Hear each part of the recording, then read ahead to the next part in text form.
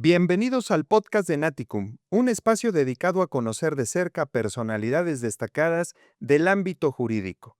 Hoy nos acompaña el magistrado Mauricio Javier Espinosa Jiménez. El magistrado Espinosa Jiménez es licenciado en Derecho por el Centro de Estudios Universitarios, titulándose en 1996. A lo largo de su destacada trayectoria en el Poder Judicial de la Federación, ha ocupado importantes cargos como oficial judicial, actuario y secretario en diversos tribunales colegiados y juzgados de distrito en Yucatán y en otras entidades del país.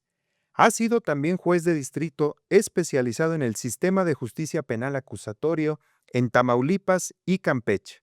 Desde agosto de 2021 es magistrado federal, actualmente adscrito al Tribunal Colegiado de Apelación del 14º Circuito, con residencia en esta ciudad de Mérida.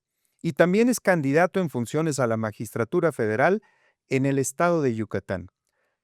Con una amplia experiencia y profundo conocimiento en materia penal, administrativa y constitucional, el magistrado Espinosa Jiménez es sin duda un referente en la impartición de justicia.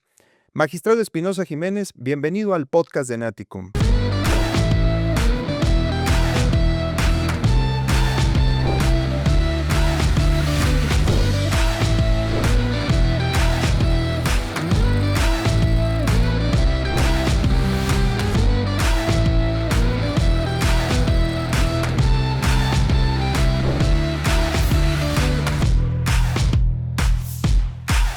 Hola, ¿qué tal? Bienvenidos a este nuevo episodio del podcast de Naticum. El día de hoy nos acompaña el magistrado Mauricio Espinosa, magistrado del Tribunal Colegiado de Apelación aquí en el estado de Yucatán. Bienvenido, magistrado. Muchas gracias, licenciado Omar. Gracias por la invitación y por la posibilidad de poder participar en este programa. No, pues al contrario, nosotros somos los agradecidos. La realidad es que este es un espacio que en estas épocas que estamos viviendo en México se ha convertido en un espacio pues para escucharles, magistrado. La realidad es que estamos muy interesados en conocer no solo su visión como jurista y como magistrado federal acerca de los temas que vamos a abordar acá, sino pues evidentemente es un hecho de todos conocido que usted es candidato para continuar en la magistratura federal y estamos seguros que nuestra audiencia estará muy interesada en conocer pues cuáles son sus propuestas, cuál es la visión que usted tiene, por qué es el interés de continuar en la magistratura federal y bueno, pues para eso estamos acá, ¿no? Entonces, pues bienvenido, muchísimas gracias por su tiempo y vamos a comenzar. Creo que sería importante darle a conocer a nuestra audiencia pues cuál ha sido su trayectoria y en cierto momento, pues cómo fue su ingreso al Poder Judicial, cómo ha sido su carrera dentro del Poder Judicial. Mire, esta es una pregunta muy importante para mí. Yo primero le quisiera comentar que la razón por la que estudié Derecho, quisiera dar yo una razón ideológica. Y la verdad es que mi decisión de estudiar Derecho fue muy casual. Fue producto, la verdad, de una falta de madurez en el momento de estar terminando la preparatoria. Lo único que yo tenía cierto es que tenía que estudiar una carrera. Cuando terminé la preparatoria, pues digo, bueno, ¿qué voy a hacer? Y mi criterio para estudiar la carrera de Derecho fue que mi hermano estaba estudiando la carrera. Dije, pues vamos a estudiar Derecho, a ver qué sucede. Gratamente y al día de hoy puedo decir que fue la decisión más inteligente que pude haber tomado, porque desde que entré, la verdad, la carrera me apasionó. Me gustó muchísimo. Yo entré a una universidad que tenía clases matutinas. En el primer año me gustó tanto, me apasionó tanto que yo quería pues salir a la práctica, quería saber, conocer el derecho, no nada más desde desde los salones, desde la cátedra de mis maestros.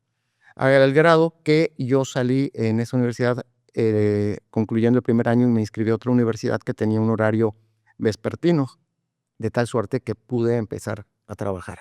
Entonces, ¿qué hice? Pues bueno, pues primero acudir a tribunales. En la Ciudad de México empecé a buscar la oportunidad, a ver qué tribunal me podían recibir. Y después de estar buscando, fue en un tribunal colegiado en materia administrativa en la Ciudad de México donde me permitieron entrar como meritorio. ¿Qué es meritorio? Pues llegar a aprender, nada más. No tiene un cargo, no tiene un puesto, no tienes una paga, simplemente llegas a aprender lo que se hace en el tribunal. Estuve ahí un tiempo y todavía estudiando la carrera, surge la oportunidad de que me den un puesto, que es el puesto de oficial judicial. Es decir, el puesto más bajo dentro de lo que es ahorita la carrera judicial, en donde pues haces acuerdos, haces adelantos, haces toda la estructura para que los secretarios puedan presentar sus asuntos. Y de ahí empieza mi trayectoria en el Poder Judicial de la Federación. Todavía estudiando la carrera, fui oficial judicial, concluí la carrera. Afortunadamente, al poco tiempo sale una convocatoria para ocupar un puesto de actuario también en la Ciudad de México. Esto fue en un tribunal colegiado en materia civil. Afortunadamente gané ese concurso y empecé a desempeñar la función de actuario, solo que en ese tribunal los actuarios teníamos la obligación de proyectar. ¿Qué es proyectar? Pues a estudiar los asuntos que llegan al tribunal y poner a consideración de los magistrados la propuesta del asunto, además de mi función de actuario que tenía que realizar. Estuve un periodo superior al año, año y medio, probablemente un poquito más, y me surge la oportunidad, una invitación para venir a trabajar aquí a Mérida, Yucatán, al Juzgado Primero del Distrito, en el estado. Ya con el puesto de secretario, desde luego acepté. Y yo creo que eso cambió su vida, ¿no? Cambió mi vida completamente en todos los asuntos. Profesionalmente empecé, ocupé el cargo de secretario, o en lo que ello implica, y además llegué a una bella ciudad y a un gran estado, que por cierto no lo desconocía porque mi familia paterna es yucateca, pero laboralmente nunca había tenido la experiencia de estar aquí. Cuando usted llega al juzgado, ¿qué año fue, magistrado? Eso fue en 1998. Ah, mira. Fui en 1998, desde 1998 yo llegué aquí al estado de Yucatán, me desempeñé en el juzgado de distrito como secretario, ya con la encomienda formal de realizar acuerdos, proyectos de sentencia, y pues bueno, fue muy enriquecedor, ¿no? Desempeñarme en el juzgado. Pasado un tiempo, me invitan a trabajar al entonces tercer tribunal colegiado, que era mixto, aquí en el circuito, también es aquí en Mérida. No había especialización, todos veíamos de todo. Y a ese tribunal yo llegué en 1999. Ya en el tribunal colegiado, pues se ven asuntos en segunda instancia en materia de amparo y también vemos el amparo directo, es decir, los asuntos que promueven las personas, los gobernados en contra de las autoridades. Claro. Esa es la experiencia que yo tuve en ese tribunal colegiado durante muchos años. Pasé los procesos de semiespecialización, de ser un tribunal mixto, se convirtió en un tribunal semiespecializado en materia penal y de trabajo, y posteriormente se cambió a tribunal penal y administrativo. Posteriormente, pues después de varios intentos para hacerme juez, gané un concurso y logré hacerme juez en el sistema penal acusatorio. Y pues bueno, eso implicó tener que salir de la ciudad de Mérida, aunque mi familia se quedó aquí, pero yo tuve que salir. Mi primera experiencia como juez fue instrumentar el sistema penal acusatorio federal en la ciudad de Reynosa, Tamaulipas. Nada más. Nada más. Sí. Con unas experiencias fabulosas de vida. Otra situación completamente distinta a la que me tocaba vivir aquí en Yucatán. Una experiencia sumamente enriquecedora. Conocer también otros lugares y además el tipo de asuntos, ¿no? Porque era proceso penal a nivel federal en un lugar muy Complicado, claro. después, ¿Y eso en qué año fue, magistrado, perdón, para llevar la secuencia en el tiempo? Eso fue en 2015, en 2016 Correcto. estuve allá en Reynosa. Me tocó la última etapa de instrumentación, de implementación del sistema penal acusatorio. Correcto. Me tocó llegar como juez administrador, una figura completamente nueva que no existía. Fue la primera experiencia y el siguiente año, pues como el cargo era rotativo, me tocó ser juez de control, juez de enjuiciamiento, con la peculiaridad que en el estado de Tamaulipas y particularmente en Reynosa, no sé por qué, pero no había procedimientos abreviados. Correcto. ¿Sí? Todo la fiscalía lo llevaba a juicio y en los primeros 2 años del sistema penal a nivel nacional, mientras que en el resto del país, en todo el país, se habían llevado 2 o 3 juicios, todo lo demás se solucionaba a través de procedimiento abreviado o formas alternativas de solución de conflictos. En Reynosa, pues yo ya llevaba cerca de 30 juicios y otro tanto mis compañeros. Entonces, pues fue una experiencia muy, muy interesante realmente. Por supuesto. Después, bueno, pues los cesares del destino me envían a Campeche también como juez en el sistema penal acusatorio. Allí llegué, me parece que en el 2019, me toca también la etapa de la pandemia, también retos muy interesantes en la impartición de justicia, sobre todo en un sistema de oralidad en donde lo importante es el contacto del juez con las partes. Cómo tener ese contacto con las partes en un momento en donde había una pandemia y en donde por cuestiones de salud no podíamos tener ese acercamiento, ¿no? Así es. Entonces fue todo un reto poder realizar la función sin romper con esa inmediación, ese acercamiento que el juez tiene con las partes. Ya fue en el 2021 que concurso para magistrado. Tengo la fortuna de haber resultado vencedor en ese concurso y mi primera adscripción como magistrado es en la ciudad de Monterrey, Nuevo León, como magistrado en un tribunal colegiado en materia especializada penal. Correcto. Ahí estuve más de 3 años y ya fue en noviembre de 2024 que me readscriben a esta ciudad de Mérida nuevamente, al Tribunal Colegiado de Apelación en el que actualmente me encuentro. Más o menos, pues eso es a grandes rasgos, pues los puestos que he ocupado en el Poder Judicial a lo largo de 32 años. Yo tengo 32 años en el Poder Judicial, hasta el día de hoy, ¿no? Espectacular la trayectoria que tiene, magistrado, porque para que, lo explicó al inicio, pero para que nuestra audiencia lo entienda, comienza como meritorio y el meritorio le hace honor a su nombre, hace méritos, busca hacer méritos para efecto de ser considerado en alguno de los espacios en aquella época para ocupar una plaza, digamos, de inicio, de arranque dentro del Poder Judicial y a la fecha o al momento en el que usted consolida esta trayectoria con el nombramiento en la magistratura federal, que indudablemente, como usted nos acaba de indicar, 32 años de carrera, se dice fácil, pero estoy seguro que en todo ese trayecto, magistrado, hubo algo significativo que pudo haber marcado momentos dentro de su trayectoria en el Poder Judicial. ¿Podría compartirnos alguno, tal vez, algo que usted identifique como muy significativo de toda esta etapa que nos acaba de comentar? Claro que sí, licenciado, con todo gusto. Nada más quisiera regresar a un punto y de la importancia de ese trayecto que lleva uno en la carrera judicial. A mí me quedó muy claro que la visión que yo tenía cuando era oficial judicial, es decir, en el puesto básico, pues se limitaba mucho a mi función de oficial judicial, es decir, a la elaboración del acuerdo, a transcribir a lo mejor el adelanto para que el secretario lo pudiera estudiar. Cuando me hice actuario, pude dimensionar y tuve una visión más amplia de lo que estaba sucediendo en el tribunal. Lo mismo cuando uno se hace secretario en un juzgado y después en un tribunal colegiado.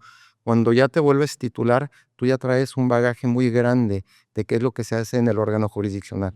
Y cuando surge un problema en el tribunal, uno lo puede comprender. Por ¿Sí? supuesto. Porque te tocó pasar por todas esas etapas y sabes cuáles son las funciones y las problemáticas en las que se enfrenta el oficial, el actuario, el secretario. Y es importantísimo en ese aspecto. Claro que a lo largo de 32 años me ha tocado ver muchas cosas, ¿no? Cosas muy gratificantes profesionalmente. Y tengo muy claro, muy presente un asunto que me tocó conocer como juez de control en la ciudad de Reynosa, Tamaulipas. Me acuerdo que en una guardia que tuve, me ponen a disposición a 2 personas. Digo, como cualquier guardia, pues de repente te llegan muchos asuntos, ¿no? En lo cotidiano, pues es un asunto más, no deja de ser importante, pero pues estás acostumbrado a que en la guardia te caigan asuntos. Y en esa ocasión, me acuerdo que me ponen a disposición a 2 muchachos. Y el delito por el que lo estaban poniendo a disposición era acopio de armas de fuego.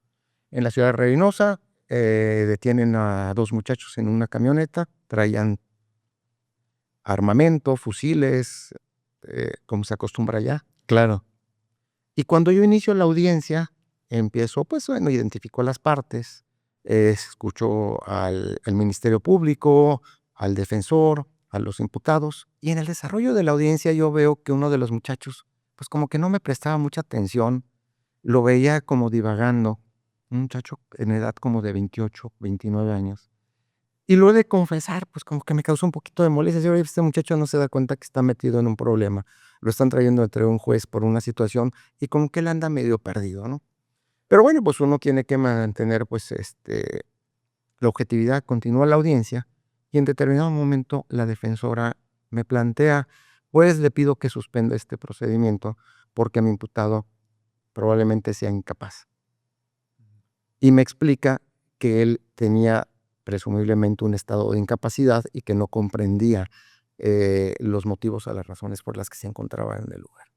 Pues en ese momento, desde luego, pues te destantea, ¿no? Decir, oye, te saca de la dinámica que tienes, de un asunto normal. Estaba la mamá en ese lugar. Pues evidentemente, pues bueno, en el sistema penal hay un procedimiento especial para incapaces y un procedimiento ordinario para las personas que son capaces o son imputables. Mi situación es, bueno, pues el muchacho, pues lo veo aquí presente, veo que sí presta atención, divaga un poquito, pero no lo veía en una situación que me llevara a mí a una seguridad de que realmente era incapaz. Cuestiono el Ministerio Público y el Ministerio Público señala que sí, que efectivamente le habían llegado, que el muchacho estaba con ciertos problemas, pero que de un análisis que se había realizado durante el tiempo de la detención, se determinó que sí era capaz y que podía continuar el procedimiento. Pues en ese momento, ¿qué hice? Pues bueno, tratando de ser empático y sensible a la situación, no suspendí el procedimiento, pero hice adecuaciones al mismo. ¿Qué hice?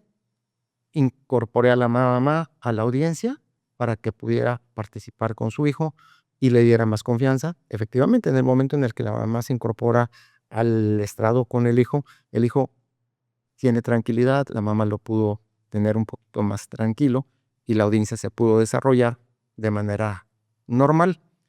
Me acuerdo que en ese asunto se pide la duplicidad, es decir, la duplicidad es cuando una persona la detiene, y uno va a resolver su situación jurídica, es decir, si va a continuar o no el proceso.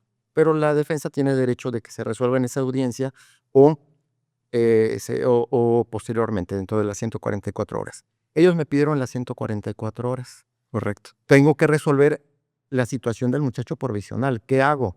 Era un delito de armas, de muchas armas. El Ministerio Público me justifica una posible riesgo de sustracción, pues sí tengo que poner la prisión preventiva justificada. En aquel entonces no era oficiosa para esos delitos, pero impuse la justificada. Se suspende la audiencia para continuarla dentro de las 144 horas. Cuando viene la continuación, se resuelve la vinculación a proceso. Por supuesto, cuando viene el tema de la posible incapacidad, yo ordené la práctica de dictámenes psicológicos y psiquiátricos para que se pudiera determinar qué pasaba con este muchacho y poder determinar si sí lo podía juzgar en un procedimiento ordinario o lo tenía que sujetar a las reglas especiales. Claro. Pero cuando viene la continuación de la audiencia, me dice la defensora, pues tenemos una situación por la condición del muchacho. Está en una situación muy adversa en el centro de reclusión. Le solicito que le varíe la medida cautelar. Escucho al Ministerio Público y el Ministerio Público, consciente de que también había una situación particular, no se opone. Y me dice, yo no me opondría porque efectivamente sabemos que hay alguna situación que se tiene que clarificar. Entonces le varié la medida cautelar y le impuse la prisión domiciliaria. Y al muchacho le expliqué que él tenía la obligación de mantenerse en su domicilio y que él no lo podía abandonar sino únicamente cuando fuera a las audiencias o si no era con autorización del juez. Tristemente, era un muchacho que vivía con su mamá. La mamá era trabajadora, no tenían el respaldo del papá, quien los había abandonado, y había un problema grande porque la mamá trabajaba en una maquila y tenía que salirse a tempranas horas de la mañana a domicilio y no tenía forma de supervisar a... Pues yo traté de explicarle al hijo que él se tenía que quedar en la casa cuando no estuviera su mamá. En determinado momento me encuentro con la defensora y me comenta la defensora en confianza, juez, dice, me acuerdo todavía, Memo, era Memo el muchacho, ¿no? Ajá. Ya todo el mundo lo conocíamos como Memo. Como Memo. El fiscal, el defensor en el órgano jurisdiccional. Y me dice, ya no sé qué hacer con Memo, pues. Le digo, ¿por qué, licenciada? Porque me habla en las noches, en las tardes, y me dice, oiga, licenciada, fíjese que no está mi mamá, y se me antojaron unos taquitos que venden en la esquina. ¿Será que pueda salir a comprar mis taquitos? El muchacho entendió que no se podía salir de la vigorización. Así es. Ese proceso fue muy particular porque en una audiencia que se llevó, el papá acude después de haber abandonado a la familia. Yo no juzgo, digo, no sé qué razones se llevaron a que el papá no estuviera presente. Lo cierto es que ya estando el muchacho en el proceso, aparece el papá. Y en un receso se lleva al niño, al muchacho, una niña, al muchacho. Se lo lleva. Cuando reanudamos la audiencia, la defensa me dice: "Juez, le tengo que informar que el papá se lo llevó". Ujú. En ese momento, pues, le doy el uso de la voz al Ministerio Público y yo asumí que me iba a pedir la orden de aprehensión. Y el fiscal, y tengo que reconocerlo, bajo un criterio de objetividad, dijo: "Okey, juez, demos tiempo a que lo puedan traer para la nueva audiencia, citemos para continuación de la audiencia". A mí me llamó mucho la atención y me dio mucho gusto porque muchos decimos: "No, este Ministerio Público no es, no es objetivo y siempre quiere castigar". El fiscal fue también sensible. Sensible, claro. Suspendimos la audiencia, se convocó para semanas posteriores, se logró la comparecencia. En ese ínter también recibimos los dictámenes psicológicos y psiquiátricos, en donde se determina que el muchacho no era incapaz, tenía capacidad de entendimiento y de comprensión, pero sí tenía una capacidad intelectual disminuida para su edad, altamente influenciable. Mm. Y nos explicaban las psiquiatras en audiencia que era muy probable, porque la versión de él es que, pues, el muchacho con el que lo detuvieron le dijo: "Hey, ven, súbete", eran vecinos, "acompáñame, voy a dejar unas cosas". Y él, sin tener conciencia realmente de lo que estaba sucediendo, pues, se subió a la camioneta. Sí, vio que veía armas y todo, pero dijo: "No, ven, súbete, nada más vamos a dejarla, acompáñame". Eh, y él se subió. ¿Qué pasó en ese asunto? No siendo incapaz, pues, la pena mínima, pues, no le alcanzaba para obtener un beneficio. El muchacho se iba a ir cerca de 8 o 9 años a la cárcel. Ujú. Pero era una situación complicada porque todos estábamos conscientes que no tenía una situación normal. Entonces, bajo ese estado de capacidad disminuida, hay una figura en el Código Penal que permite atenuar las penas. Entonces, habiéndose dictaminado esta circunstancia en la misma audiencia, les informó a las partes. A ver, estamos en la presencia de un muchacho que sí tiene capacidad, por lo tanto, puede consentir un procedimiento abreviado, ¿sí? Ujú. Y además las penas son posiblemente disminuibles a consideración del Ministerio Público. Con esa disminución de penas, él podía alcanzar un beneficio. En ese momento el Ministerio Público dice: "Juez, estoy consciente de la situación, ofrezco el procedimiento abreviado y ofrezco el máximo de la disminución de la pena". Mm. Defensa, adelante. Ujú. Celebramos el procedimiento abreviado, se le explicó al muchacho, si se dicta una sentencia condenatoria, porque pues sí era una persona capaz jurídicamente, ¿verdad? Pero con una situación particular y se le sentencia y le concedo los beneficios. ¿Por qué me gustó mucho ese asunto? Porque él se acoge a los beneficios y ya en ejecución se logró conseguirle un trabajo. ¿Sí? Ujú. El muchacho entró a trabajar a una biblioteca. Estaba feliz porque tenía que presentarse periódicamente al órgano jurisdiccional para llevar un control, y cuando se le cuestionaba, decía: Estoy feliz porque estoy trabajando, me pagan". Y además de todo, se ordenó a las autoridades sanitarias que durante el tiempo que durara la sentencia, la pena de privativa de libertad, lo que hubiera durado la pena privativa de libertad, se le diera tratamiento. Porque además el problema del muchacho se podía minorar, se podía controlar con un tratamiento. Entonces, durante 5 años que iba a estar en una pena, de prisión, que no iba a estar detenido, estaba sujeto a medidas, iba a estar sujeto a un tratamiento que le iba a beneficiar y se le consiguió un trabajo y el muchacho estaba feliz. ¿Por qué me dejó a mí huella ese asunto? Porque creo que todos los operadores, Ministerio Público, Defensa, el órgano jurisdiccional, lo que queríamos era una resolución justa. Así es. Era una resolución justa a una situación en particular. En cualquier otro momento decir: "Pues el muchacho es capaz, no me importa, y que se vaya 8 o 9 años a la cárcel", y no hubiéramos atendido una realidad de una familia, de una persona en lo particular. Y lo entendió el Ministerio Público, lo entendió el defensor, el órgano jurisdiccional, que en su caso fui yo, y el juez de ejecución. Y a mí ese asunto me ha dejado huella de que cuando se quiere impartir justicia, lograr justicia, y todas las partes son objetivas, se logra. Sí, por supuesto, qué interesante, magistrado, porque creo que aquí se ilustran varios temas. Primero, la capacidad del juzgador con experiencia para atender una situación emergente, ¿no? Que se presenta en el momento y hay que tomar decisiones en el momento, ¿no? Y que evidentemente la decisión que usted adopta está respaldada por la experiencia que ya tenía en el Poder Judicial. Luego dos, creo que aquí este es un caso que nos permitiría ilustrar perfectamente bien cómo la procuración de justicia, la impartición de justicia y los derechos, en este caso del procesado, se pueden conciliar perfectamente bien para efecto de cumplir con el fin constitucional, ¿no? Es decir, juzgar el delito, pero siempre atendiendo a la dignidad de la persona. Y creo que eso es lo verdaderamente destacable en este caso tan particular que nos comenta de Memo, que ya lo vamos a adoptar también aquí en el podcast Claro que sí. a Memo, ¿no?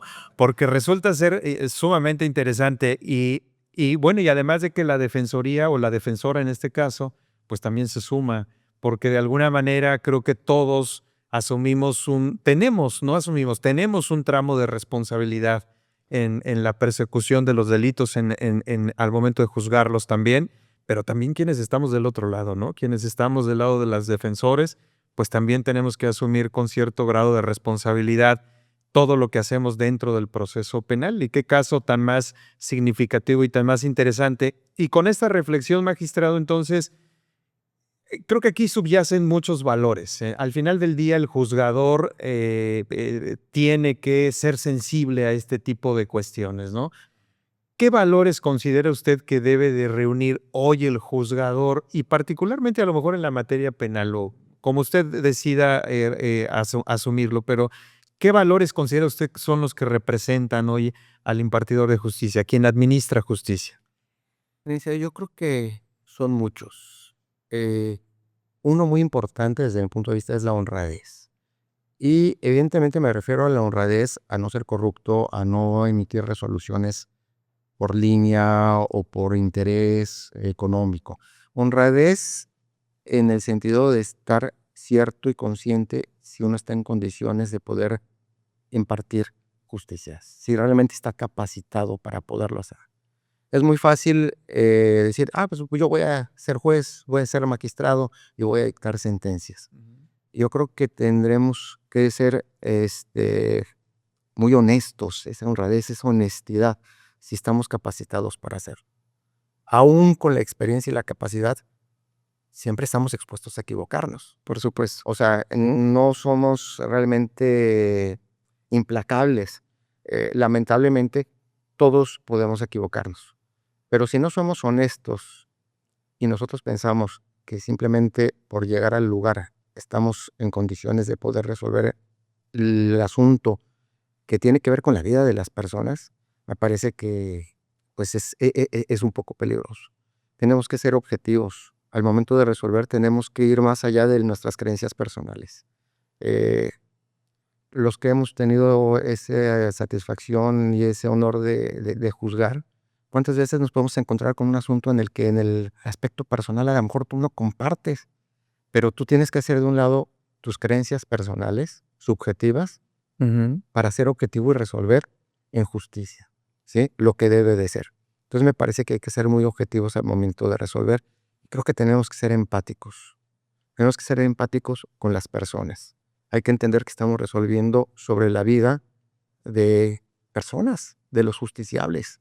En el ámbito penal es la libertad de las personas, en el civil, en el administrativo, en el mercantil, el patrimonio. Así es. O sea, en el aspecto social, los derechos de las personas a la seguridad social. O sea, estamos resolviendo sobre lo más importante de la ciudadanía, de los sujetos, de las personas. Si no somos empáticos, me parece que no podemos ser buenos juzgadores. Por supuesto. Sí, definitivamente. Y yo creo que esta reflexión que usted realiza, quisiera yo transmitírsela a la ciudadanía, a quienes vamos a elegir a nuestras juezas, jueces, magistrados, magistradas en junio de 2025. Creo que debemos de ser muy conscientes en manos de quién vamos a depositar nuestra confianza para que juzgue nuestros asuntos. Porque como usted bien acaba de indicar, en ustedes como juzgadores federales. Ponemos en sus manos nuestro patrimonio, nuestra libertad, la libertad de nuestros seres queridos, de nuestros hijos, el patrimonio de nuestros hijos, la vida de nuestros hijos, la salud de nuestros hijos. Entonces creo que en ese sentido es sumamente importante quiénes van a ocupar esos cargos a partir bueno, con la elección en junio de 2025 y luego ya en septiembre de este año, ¿no? Entonces, en ese sentido, la reflexión es muy importante, magistrado. Y bueno, ya nos platicó este tema, este caso tan interesante de Memo. ¿Habrá alguna otra sentencia, magistrado, que resulte emblemática para usted, a lo mejor en algún tema de derechos humanos? Sí, recuerdo uno, me tocó verlo en Monterrey. No fue uno, fueron varios casos y que tiene que ver con el interés superior del menor. En estos asuntos, son asuntos que nos llegaron en amparo indirecto en revisión y habían sido personas sentenciadas por el delito de sustracción de menores. Explico rápidamente. Eh, Cuando una persona se lleva a un menor sin la autorización de quien tiene derecho o quien tiene la tutela del mismo, comete un delito, ¿sí? Normalmente, o en estos dos casos, se trató en un supuesto donde el sentenciado era el papá y en otro caso la sentenciada fue la mamá. Esto es, en un caso la mamá tenía la tutela del menor y en el otro el papá la tenía y las otras partes se los llevaron. Son sentenciados y como parte de la condena es la restitución inmediata de los menores a los padres que tenían la tutela. Cuando nosotros empezamos a analizar este asunto y también conocedores de los criterios de la Corte Interamericana de Derechos Humanos y de la Corte Mexicana, advertimos que, pues primero, antes de ordenar una restitución inmediata, como se trataba de un asunto en donde estaba de por medio el menor, pues el menor como sujeto de derecho tenía derecho a ser escuchado por el juez. ¿Qué opinaba el menor en relación a ser devuelto con la otra parte? Máxime que habían pasado ciertos años a partir de la sustracción. Claro, en el entendido de que los menores nunca estuvieron en riesgo en cuanto a su integridad física ni eran objetos de violencia. Aquí lamentablemente fue un problema entre padres. Uno tenía la custodia y los otros pues, se los llevaron. No porque quisieran lastimar a los niños, sino pues en un afán de mantener a sus hijos, se los llevaron. No es correcto, pero esa es una realidad de vida. Eso se ve todos los días. Y entonces, la decisión que nosotros tomamos en el tribunal es que antes de permitir que se hiciera una entrega inmediata del menor, el juez de ejecución tenía que abrir una incidencia, una audiencia, en donde se le escuchara al menor como sujeto de derecho y pudiera dar su opinión. No porque el juez necesariamente le fuera a hacer caso, pero sí que lo escuchara y lo tomara en cuenta. Y si no lo iba a tomar en cuenta, que le pudiera explicar por qué, aún bajo el deseo de él de mantenerse en uno o con el otro, pues a lo mejor no le podía dar esa razón, pero decirle por qué. Y sobre todo, que se practicaran exámenes también psicológicos para poder determinar si era viable esa entrega inmediata o se tenía que hacer de manera gradual, ¿sí? Es decir, vamos a dar oportunidad de que el menor pueda volver a digerir, ¿sí? Ese tránsito, o el trauma que pudo haber tenido en un primer momento, cuando estaba bajo la custodia de la mamá, y de repente el papá se lo llevó intempestivamente y deja de ver a la mamá. Eso definitivamente debe haber causado un problema psicológico para el menor. Pero ya estando adaptado con el papá, operando, funcionando adecuadamente, porque así sucedió en estos casos, pues ahora decir, te arranco del seno paterno y ahora te implanto nuevamente en el materno. Entonces, lo que se buscó es ver de qué manera se tenía que hacer esa transición para devolvérselo a la mamá. Si era idóneo, si era viable o no. Y lo mismo nos pasó en el otro caso, en donde la mamá fue la sentenciada. También dijimos, no se lo puedes devolver al papá en automático. O sea, tenemos que hacer, o tú como juez tienes que ser sensible, tienes que escuchar al menor, trátalo como una persona, es un sujeto de derecho, no es un objeto que esté dispuesto a lo que un juez diga, ahora vas con uno y ahora vas con el otro, escúchalo. Y además, también apóyate de los expertos y ve si sí va a regresar con la mamá o va a regresar con el papá, pero que sea de manera adecuada y buscando una integración. Porque Claro. en los dos asuntos, tanto los padres como las madres, lo que querían era convivir con sus hijos. ¿Por qué privar al hijo de la convivencia del padre y de la madre? ¿Qué mejor que instrumentar un procedimiento de ejecución en donde se busque la integración Ujú. y que el menor no sufra, sino al contrario, realmente se logre la satisfacción de su interés? Me parece que en materia de derechos humanos de los menores, pues es un asunto muy, muy interesante, ¿no? Así es, por supuesto, y usted acaba de explicarnos de manera muy clara, pues precisamente este elemento que se destaca cuando tenemos asuntos de menores, que es el interés superior del menor, este tratamiento especial que las convenciones internacionales primero le dieron a los niños y que posteriormente nuestra Constitución recogió y que varios, yo recuerdo cuando mi hijo de pequeño me preguntó, escuchó el término y ¿qué es eso del interés superior del menor?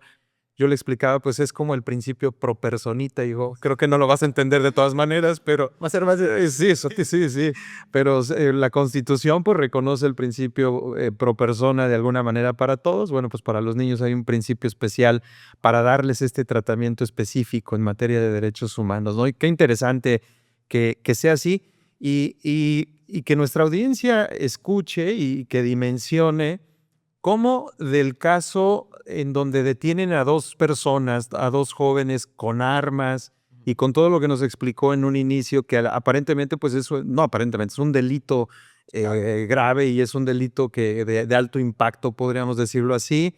De ahí se migra a una situación de una persona con discapacidad y el mismo juez que tuvo la capacidad para resolver esa situación, en otro escenario, atiende un caso en donde el protagonista del asunto es un menor de edad, ¿no? Entonces, esa es la capacidad que deben de tener nuestros jueces, esa capacidad de poder entender las distintas situaciones a las que se puede enfrentar, más ahora que tenemos órganos mixtos, ¿no? Órganos en donde atendemos prácticamente de todas las materias, ¿no? Entonces, en ese sentido, me parece sumamente destacable y aquí se reflejan, por supuesto, 32 años de experiencia, magistrado. Y lo digo no porque esté usted de acá, sino porque así como usted, hay muchos de sus compañeros que tienen esa trayectoria y que tienen esa capacidad para resolver los asuntos, ¿no? Sin embargo, bueno, pues el constituyente permanente decidió cambiarnos las reglas, ¿no? Nos cambian las reglas y ahora los jueces serán designados o serán electos por la vía del voto popular y ese es un punto importante para nosotros, para estar reunidos acá el día de hoy, magistrado. Quisiera yo preguntarle en principio, evidentemente usted es candidato, usted tiene la intención de continuar en la magistratura federal, lo cual, le reitero, celebramos aquí en Naticum, porque si bien es cierto, la reforma pues generó comentarios y generó todo lo que ya pasó y lo que ya definitivamente ha quedado de alguna manera ya terminada la discusión con motivo de que se aprobó la reforma y de que prácticamente está en marcha. La realidad es que hoy día celebramos que gente con experiencia así como usted haya decidido continuar y haya decidido participar en el proceso electoral. Y yo sé que esta pregunta que les formulamos aquí en el podcast, pues no es sencilla, ¿no? Porque pues prácticamente ahora ustedes están metidos en una campaña que en 32 años de carrera judicial, pues no es lo normal, ¿no? O sea, como que siempre las veían ustedes desde lejos y hoy no, hoy ustedes son los protagonistas. Voy a formularle 3 preguntas en concreto con relación a esto. La primera es, ¿cuál es el eje, cuáles son las propuestas que se sientan en la campaña que usted está en este momento encabezando? Mire, licenciado, cierto es lo que acaba de decir usted. En 32 años en el Poder Judicial de la Federación, pues estamos acostumbrados a ir ocupando los lugares con base a los méritos, a los exámenes, a los concursos. La realidad que tenemos es esta. Ahorita el puesto de jueces y magistrados va a ser a través de la elección del voto. Sin embargo, eso no implica que se tengan que perder la esencia de lo que debe ser la impartición de justicia. Y creo que algo que es fundamental y básico es la independencia de los jueces y de los magistrados. La independencia del juez y del magistrado muchas veces creo que no es bien entendida. La gente lo ve como un privilegio para el juez, es decir, oye, si él resuelve, no le puedes decir que estuvo bien o que estuvo mal, o no lo puedes juzgar. La independencia del juez es un derecho para el ciudadano, para el gobernado. Es la garantía que tiene que cuando un juez conozca de su asunto, lo va a hacer de manera independiente, es decir, no lo va a resolver con sesgos, no lo va a resolver con preferencias. Ujú. Eh, Va a estar ajeno a presiones externas o incluso internas del mismo Poder Judicial. Entonces, ¿qué es lo que sucede cuando se mantiene un órgano jurisdiccional independiente? Que el gobernado, el que acude a los juzgados y a los tribunales, va a tener seguridad de que su asunto se va a resolver conforme a derecho, como se debe de resolver. Entonces, en ese sentido, me parece que una línea, y lo que yo defiendo es esa independencia que debe de subsistir, aunque los jueces y magistrados lleguen a través del voto. Algo que creo que también debe de subsistir es la carrera judicial, ¿sí? La carrera judicial, eh, o ese escalafón, como algunos lo llaman, es fundamental. Y ya lo dije yo hace rato. eh, si yo hubiera ocupado el puesto de juez o de magistrado después de haber terminado la carrera, o a los pocos años de haber terminado la carrera, la verdad no sé qué función hubiera podido llevar a cómo hubiera sido mi papel como juzgador. Claro. Eh, a lo mejor no es por falta de capacidad, desde luego que hay gente muy joven, muy capaz, y que seguramente pudiera desempeñar bien la función de juez, pero hay que tener la sensibilidad, hay que conocer las entrañas, ¿sí? Hay que irse formando. Como les dije, ahorita, pues, todos los días, muchas veces dicen los que resolvemos. A veces lo difícil no es el asunto jurídico, ¿no? Sino el trato con el personal, cómo poder solventar los problemas que se dan de día a día. Oye, porque hay un problema, ¿cómo se organizan para las notificaciones? ¿Quién va a ir a tal área? ¿Quién va a ir a otra área?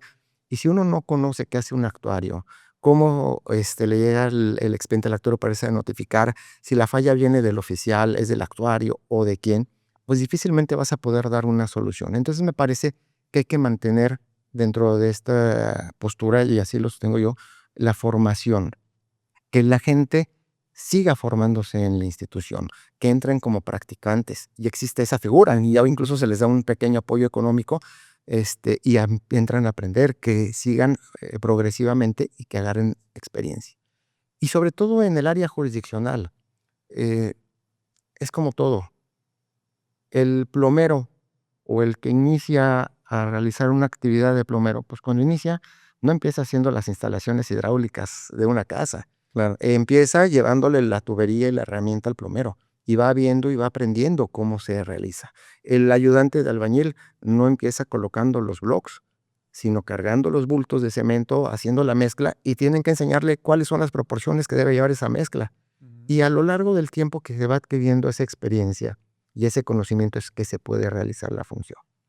Entonces, yo dentro de las líneas que tengo es eso, mantenerme en el poder judicial, porque quiero seguir formando gente, así como a mí me formaron, porque yo fui formado por otros abogados, por jueces, por magistrados, por secretarios, pues yo también quiero seguir en esa labor de seguir formando gente nueva, que vaya entrando, poderle transmitir mi experiencia, para que ellos vayan también creciendo y en algún momento puedan ir ocupando esos puestos. Por supuesto, y muy importante porque vuelvo al caso que nos planteó, que nos puso como ejemplo en la primera parte de la charla, eh, de no contar con la gente que tiene experiencia, ¿cómo enfrentamos esos casos tan complejos, no? Cómo tomar decisiones con madurez, con experiencia y cómo resolver un caso tan delicado de una persona con discapacidad en un proceso penal o de un menor de edad en un juicio, ¿no? Entonces, creo que al final del día eso que usted comenta es muy importante. Independencia judicial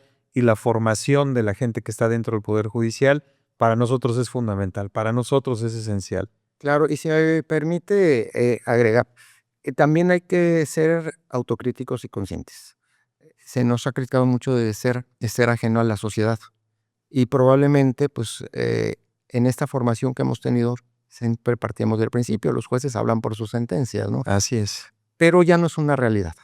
Lo cierto es que también tenemos que ser cercanos a la sociedad, tener este tipo de contacto con la gente a través de estos tipos de programas, acudir probablemente a universidades, a centros comunitarios, para poder explicarles cuál es la función del Poder Judicial, que la gente, de alguna manera, le podemos inculcar una cultura jurídica mínima, que puedan comprender básicamente que hay 3 poderes, que debe haber una división de poderes, en donde uno no está por encima del otro, y explicarles por qué es importante esa división de poderes, ¿sí? Así es. Y que esa división de poderes no va en beneficio de los que ocupamos los cargos, sino va en beneficio de la misma ciudadanía, ¿sí? Porque un poder va a cuidar que el otro actúe a favor de las personas. Sí. Y cuando ese poder se equivoca, va a haber otro que decir: "Oye, momento, por aquí te estás equivocando.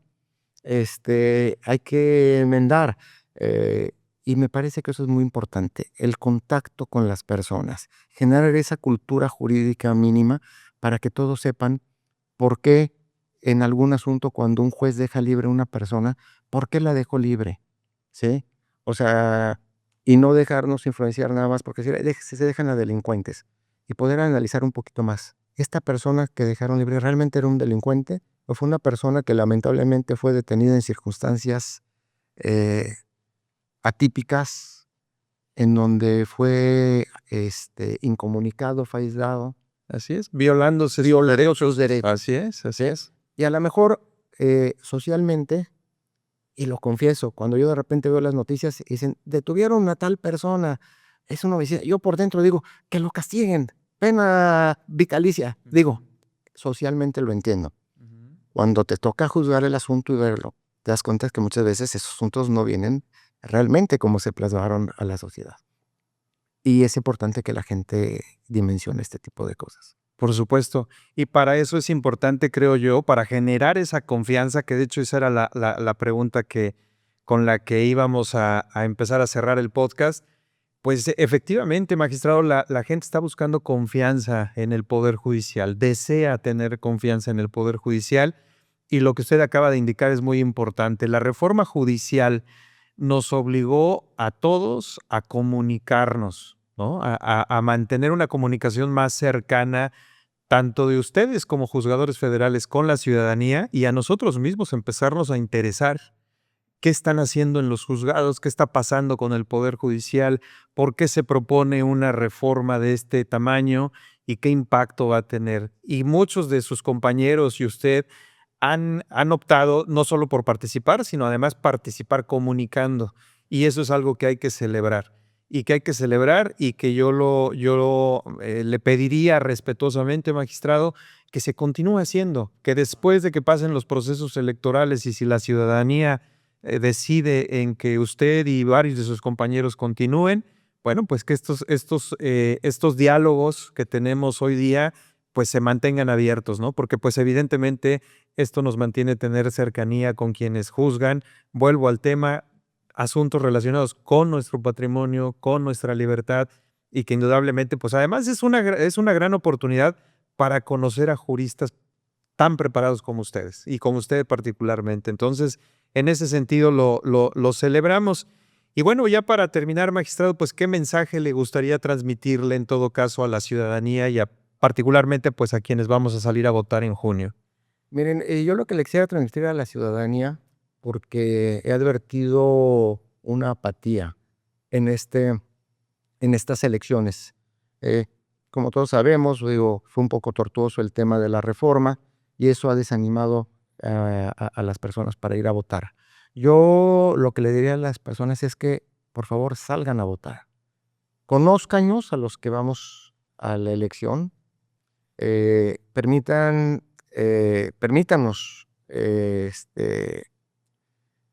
acercarnos a ustedes, acérquense ustedes a nosotros para que sepan qué hacemos, cómo lo hacemos, por qué lo hacemos. Y que no sea ninguna otra persona la que tome la decisión de elegir por ustedes, ¿sí? Porque es muy común, no vamos, no elegimos, otros eligen por nosotros y después nos quejamos de la persona que quedó elegida. Entonces yo invitaría a que la gente reflexione, que se anime, por favor, que se informe y que el día de elección vaya a votar por el perfil que mejor considere. Claro. O sea, eso es lo importante. Eh, que la ciudadanía sea consciente y que nosotros seamos conscientes que debe haber un compromiso, ¿sí?, social de mayor acercamiento. Y al menos de mi parte yo lo tengo. Tenga el favor o no del voto, hay algo que a mí me ha dejado esto: generar un vínculo con la sociedad para tratar de generar esa cultura jurídica mínima, en donde la gente pueda entender cuáles son sus derechos, qué puede hacer valer, ante quién los puede hacer valer, que pueda delimitar las responsabilidades de cada autoridad. A final de cuentas, ante la sociedad, todas las autoridades operativas somos responsables si se hace o no justicia, ¿sí? Pero también es importante que puedan ubicar la responsabilidad específica, si el que falló fue el policía, el Ministerio Público o el juez. Por Eso es supuesto. muy importante. Ujú. ¿Y por qué es importante? Y regreso al caso de Memo. Cuando los operadores son objetivos y actúan bien, se logra obtener justicia, se logra la justicia. No dejamos de ser justicieros y Ujú. se imparte una verdadera justicia. Así es, así es. Pues muy bien, magistrado, pues muchísimas gracias por su tiempo, por que nos haya dedicado estos minutos aquí en Naticum para que la ciudadanía, pues precisamente conozca acerca de sus propuestas. Nos sentimos muy contentos, nos han visitado ya varios de sus compañeros y eso nos ha llenado de orgullo, porque de alguna manera el espacio está abierto para eso, magistrado, para que ustedes vengan y dialoguen con la ciudadanía por conducto de Naticum. Y pues evidentemente les deseamos mucho éxito como a todos los candidatos. Le pedimos mucho a la ciudadanía también lo que usted acaba de indicar.